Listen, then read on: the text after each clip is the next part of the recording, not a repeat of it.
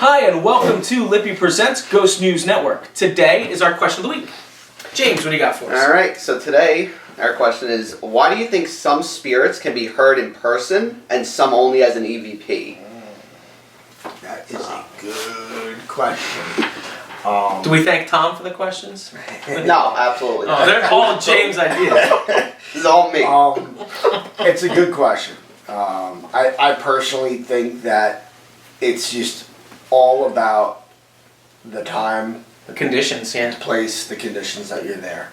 When we're at a location, maybe it's just we hit it. We just happen to hit it the right moment. Whereas opposed to EVP, it would come out regular. We just can't hear it, and it comes over through our audio recorders. Very, very similar to, think of like a dog whistle. You blow a dog whistle, we don't hear it, but there's sound there. Just because we don't hear it doesn't mean it doesn't exist. Right. It's just out of our frame. Kind of like that, I would say, is probably the best way to kind of describe something like that. I think it's just all about being there at the right moment in time where it's actually audible and coming over at the frequency that we can actually hear, as opposed to a frequency we can't hear. It comes in as an EVP. That's really. I think there's another factor too, where, again, obviously the conditions are right, but maybe the spirit has enough energy to break that level, to say it audibly in the ether.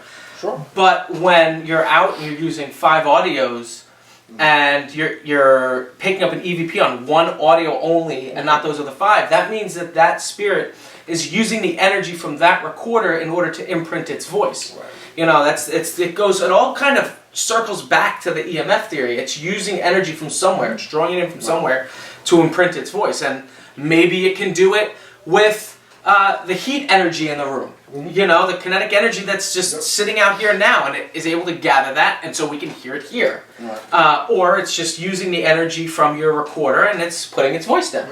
That's just...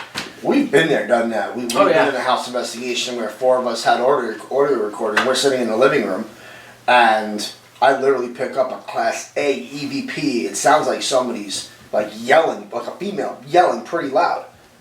I'm the only one that caught it. Right. And there was 3 other audio recorders recording at the same time. So, how do you? Or whenever we and it could have been audible. We don't know, but when we did Roger's Mansion and I left my audio in the presentation room, right. We had people in the basement. You and me went upstairs. Right. We just left an audio in that room completely unmolested by people and whatever. You don't like my terms, I'm gonna tell you. I love the terms. But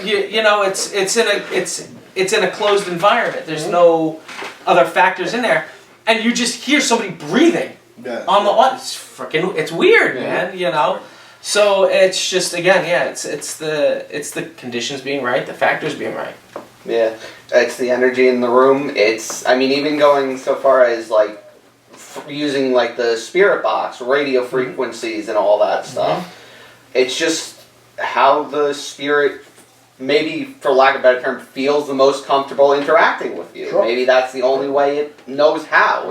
We don't know what their perspective is like. Sure. For all we know, for that particular spirit, that's the only way it knows how to communicate with us, is through a radio or through a EVP or something like that. So we just... Well, you've also got the Ovilus, which uses environmental conditions. What that means, I don't know. In order to use the Ovilus to spit out words. Right. So why wouldn't it just do it audibly in the air?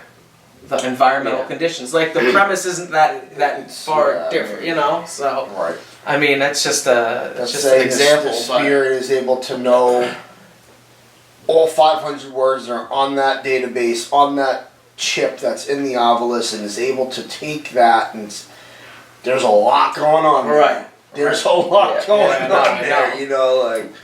I'm not saying that we haven't gotten interesting things off the Ovilus, but it is few and far between. No, I'm just saying the premise of the Ovilus that it uses environmental factors. Right. Well, there's environmental factors here. Why wouldn't it just be a voice out in the open? Right. And not using a device, and those conditions could be what it is. I just want to know what environmental factors are. We're not going to get off tangent on Ovilus. But yeah, so really, that's that's really it. Yeah. You know. So, anybody else have anything they want to add? No, I'm good. No? What do you guys think? Let us know in the comments section below, and if you haven't yet, you can give this video a like, share, and subscribe. And you can also click the little notification bell to when all of our content is uploaded to YouTube. So thank you guys again for joining us on this latest edition of Ghost News Network, and until next time, take care, guys.